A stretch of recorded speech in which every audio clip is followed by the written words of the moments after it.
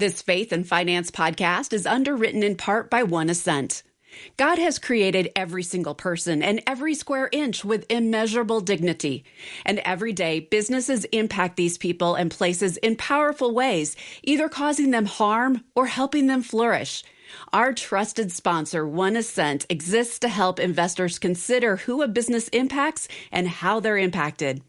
More than likely, your values inspire why you invest, whether it's to provide for your family, put your kids through college, or prepare for the next stage of life. One Ascent believes your values can also inspire how you invest by directing your investment capital into companies that positively impact the world. Whether you invest on your own or work with an advisor, One Ascent's comprehensive values-aligned solutions seek to help you do well by doing good. To explore a new way of investing that aligns with your values, visit oneascent.com. Click on Analyze My Investments on the homepage to tailor your portfolio to what truly matters to you.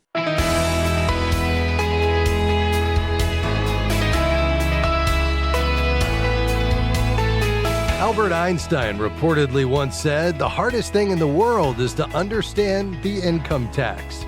Hi, I'm Rob West. Well, if Einstein thought the U.S. tax code was mysterious, imagine how difficult it is for the rest of us. So we're thrilled that Kevin Cross is here today with some much-needed tax tips. And then it's on to your calls at 800-525-7000. That's 800-525-7000. This is Faith and Finance, biblical wisdom for your financial decisions.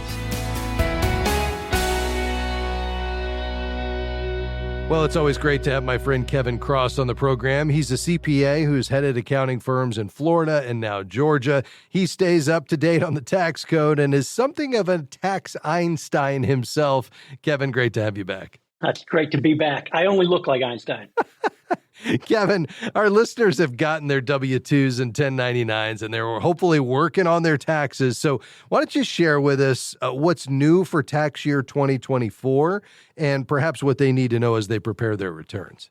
Well, there are some things that are different this year than last year. Okay. The stock companies, the crypto companies are getting more sophisticated. They're getting more regulation to give you your data in a very concise way so you can report it to the IRS. So don't try to say, I don't really have crypto, or I had it just a little bit, or I lost a little, I don't have to report it. Go ahead and do that. That's very important, and it might give you a loss. Okay. Also, what I've noticed is that there's a lot of gig workers out there who are, driving, they're doing DoorDash, they're just making ends meet, and they're getting these 1099s, and they're saying, my goodness, I made 10 grand. Well, I shouldn't have to pay much tax on that because I have expenses. Yeah. Well, you got to calculate those miles. You got to calculate how much it costs you to, buy your backpack or your luggage to get the stuff to them. And so keep that in mind. And also, there's always that cool home office deduction. Yes. That if you take this little $1,500 one, you don't have to prove much. You just have to show how many square feet used in your home. And it's what we would call the tax court method.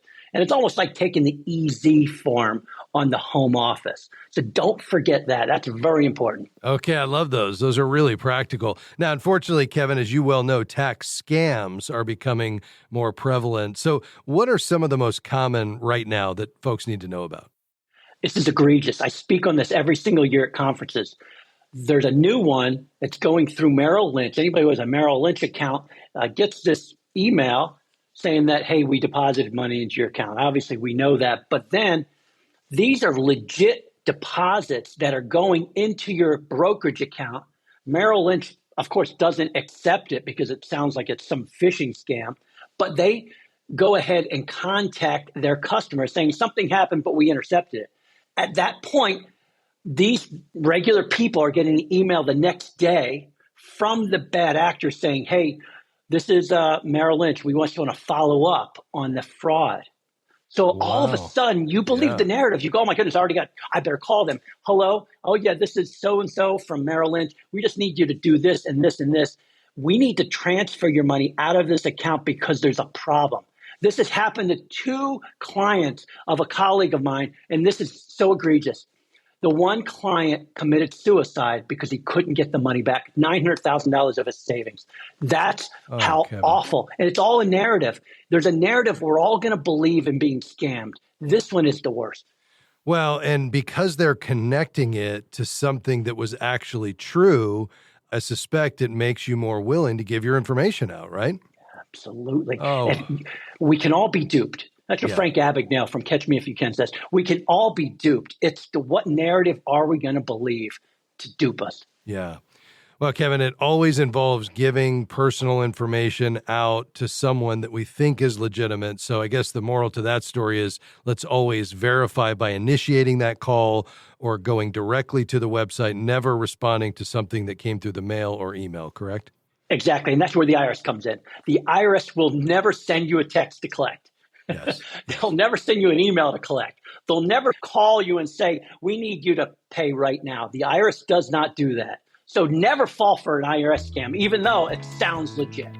Well, folks, some practical things for you to take away, 3 things for you to look for that are different this year versus last year, and a new scam that's making its way around. Make sure you apply that great counsel. Kevin, always grateful for you, my friend. Thanks for stopping by. So good to be on your program. That's Kevin Cross, CPA and enrolled agent in the Atlanta area. You can learn more at kevincrosscpa.com. Back with your questions after this.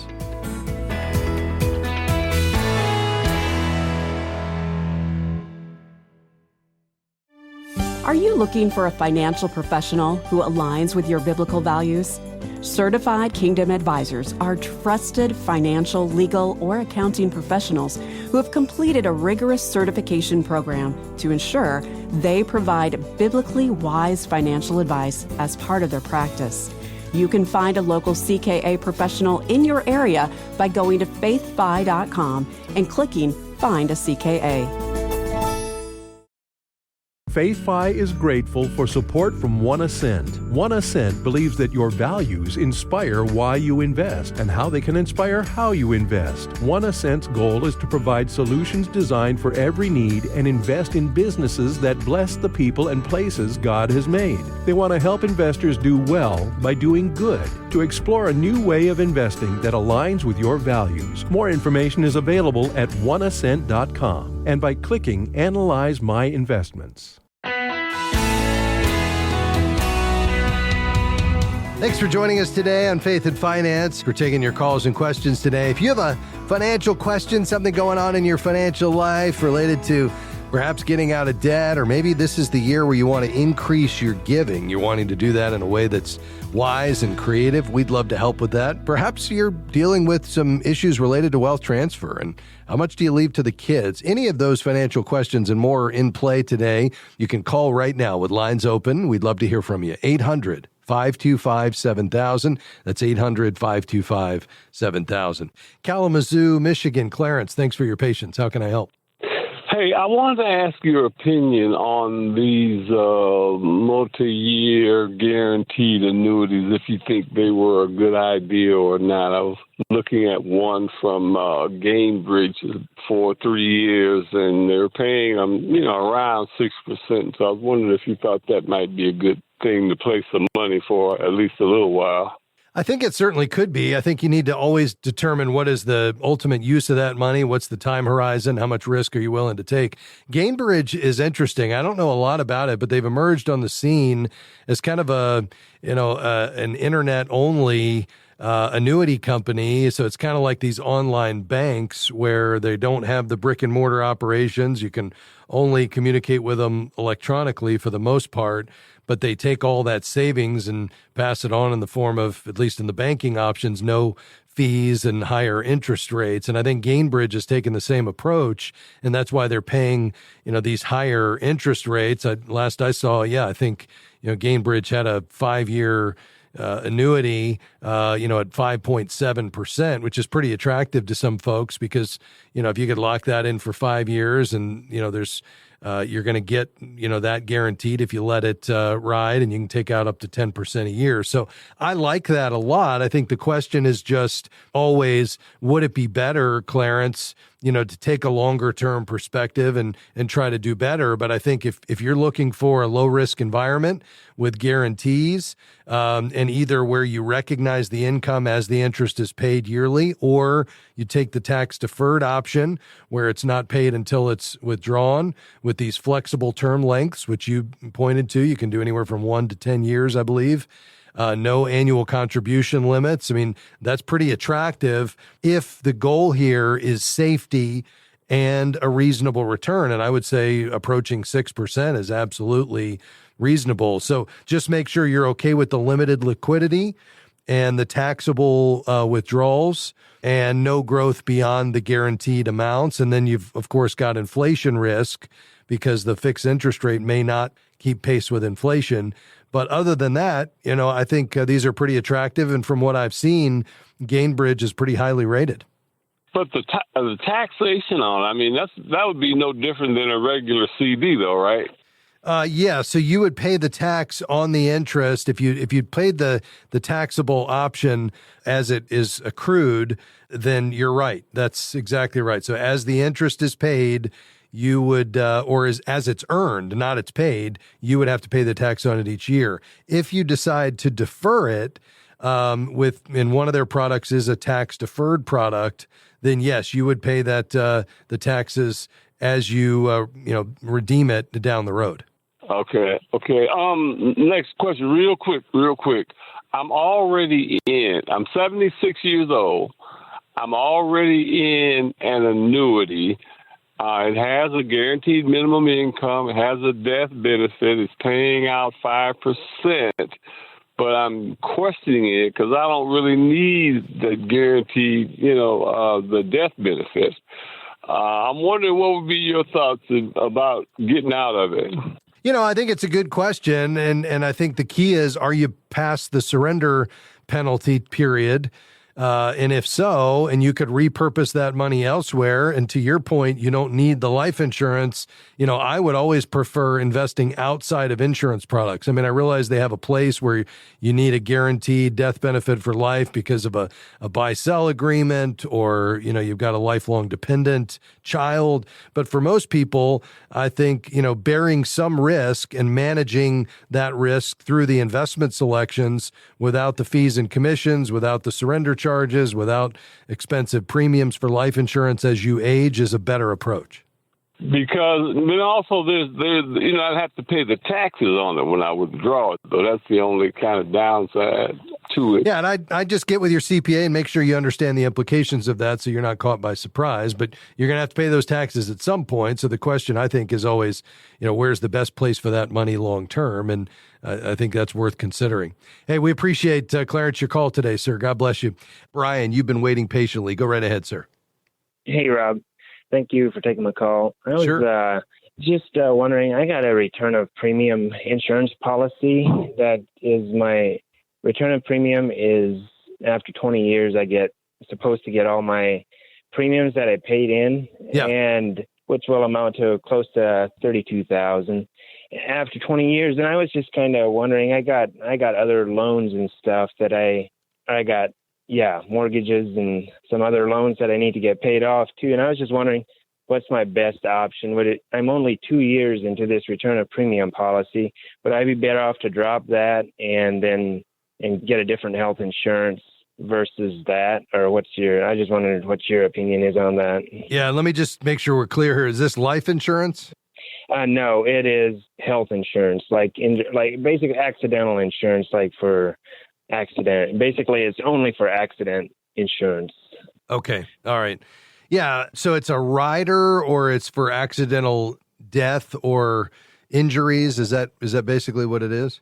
Yeah, it's just for basically injuries, and only like accidental stuff that, emergency stuff is basically if I break my arm or my leg and go to the hospital, they pay, Got it. They only pay X amount per injury, they have a set amount they pay. So it's not really a really good coverage. The biggest thing, it's like a savings account, but I can only access it 20 years down the road, and I have other places for that money right now. So yeah.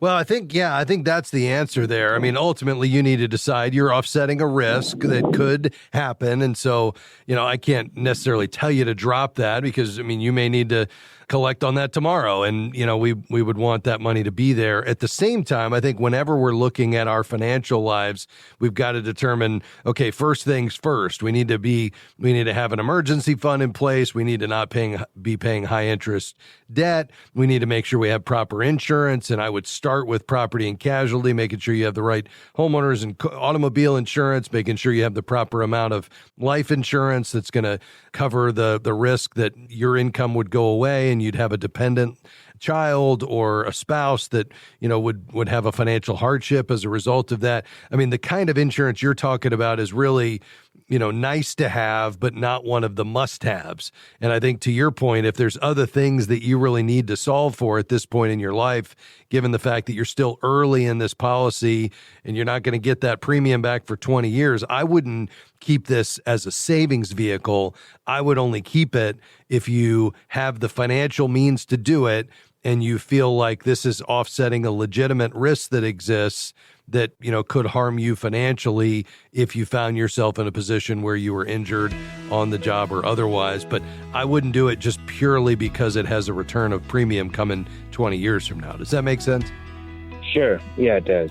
Okay. Yep. I think that should answer my question. So. All right. Very good, Brian. Thanks for your call today. All right, a quick break and then back with our next segment here just around the corner. That number to call if you have questions today, 800-525-7000. This is Faith and Finance. We'll be right back.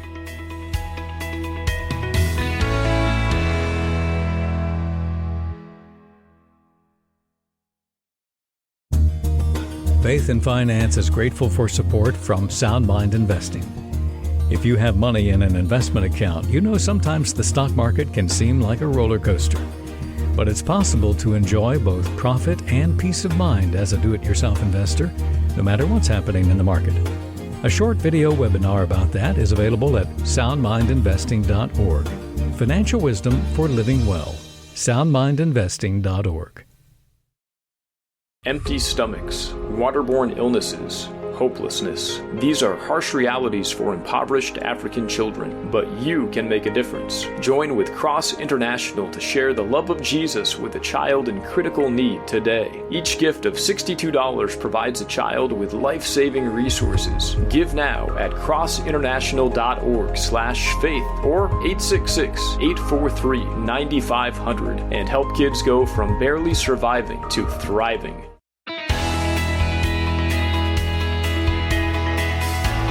So glad to have you with us today on Faith and Finance.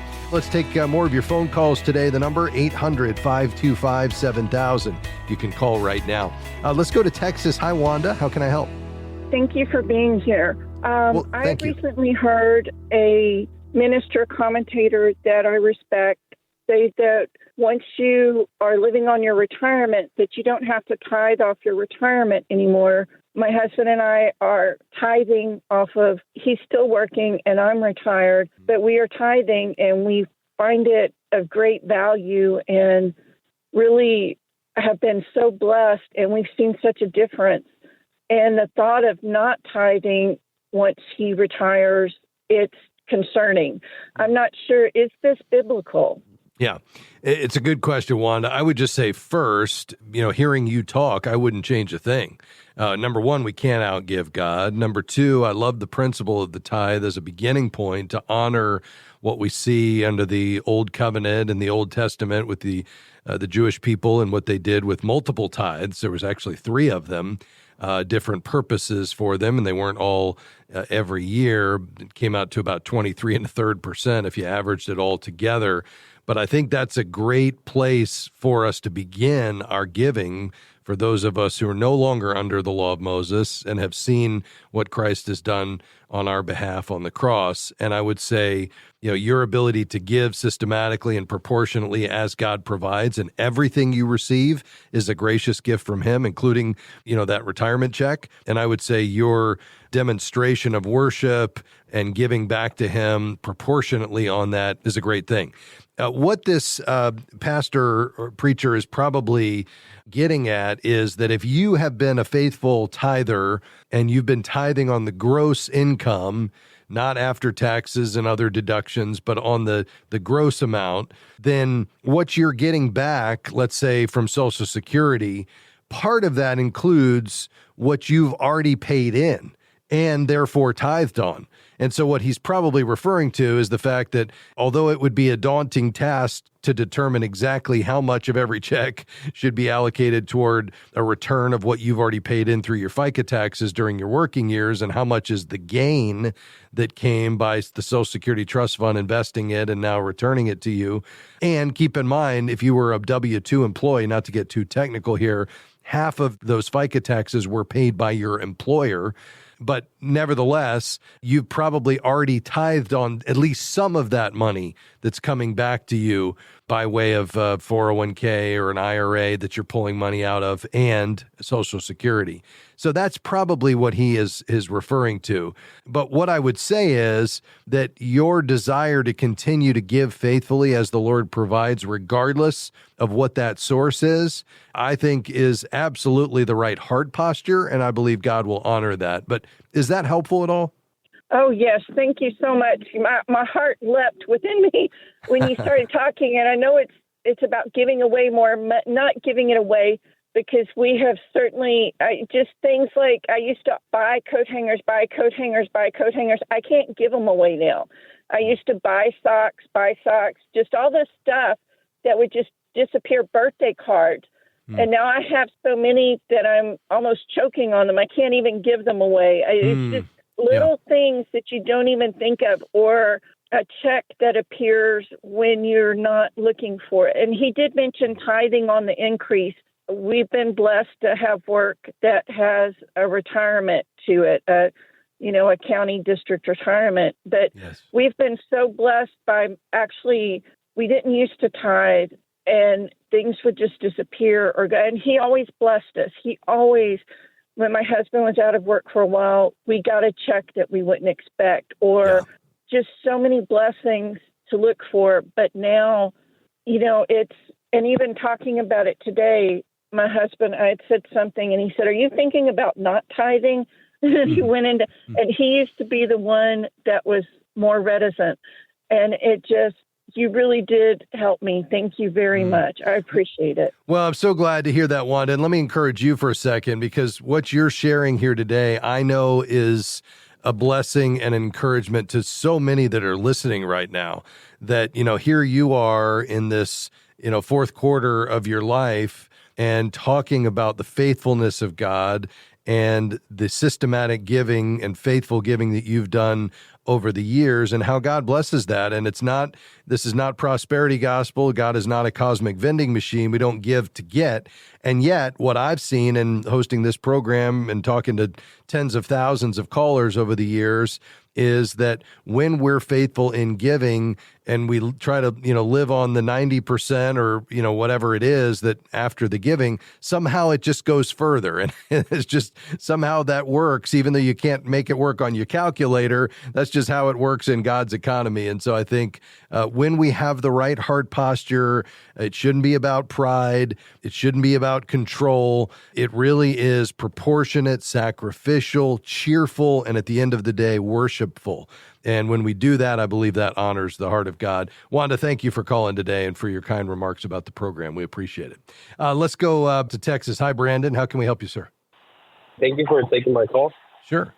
I was calling because I'm in me and my wife were in some credit card debt, about $8,500, and as well as a vehicle payment. And I was just calling to see what would be the best way to approach that. I was thinking of opening a new card, used to have the interest-free payments, but her grandma had mentioned to me like a credit card relief program. I just wasn't too sure if that would be bad on my credit history or anything like that. Yeah, it's a great question, Brandon. The biggest thing, the starting point is for you and your wife to solve whatever got you into the credit card debt in the first place. And that has to be a balanced budget. And that's a budget that's realistic. Then not the if everything goes perfectly budget, but the budget that takes into account, you have non-recurring expenses that come up. So you might have a semi-annual insurance payment, and then you got Christmas once a year, and you got some family gifts that don't hit every month, but they come up. You got to get everything in the budget, and we've got to right-size your spending. We've got to get your spending down in line with your income so you have a surplus, and you got to build up an emergency fund. Now, until you get that credit card debt taken care of, let's only build the emergency fund up to, let's say, $1,000. And then whatever you can free up in your budget by eliminating expenses, maybe you're cutting some subscriptions and you're, eating out less, then we apply 100% of that to debt reduction. Now, with this kind of balance, I'd recommend credit counseling. This is called debt management. It might have been what your grandmother was referring to. I would go to ChristianCreditCounselors.org. They're going to leave the debt right there. They're going to get the interest rates down. You're going to send one level monthly payment, and you're going to pay it off 80% faster by doing that. ChristianCreditCounselors.org. That's going to do it for us. Let me say a big thanks to my team today. Certainly couldn't do this without them. Handling our phones today was Adam Suddeth. Producing and engineering today, Mr. Devin Patrick. And providing me with great research today and just helping navigate the program is Jim Henry, my partner in crime here on Faith and Finance. Thanks to you for being along with us today, and we'll look forward to having you back tomorrow. God bless you. Bye-bye. Faith and Finance is provided by FaithFi and listeners like you.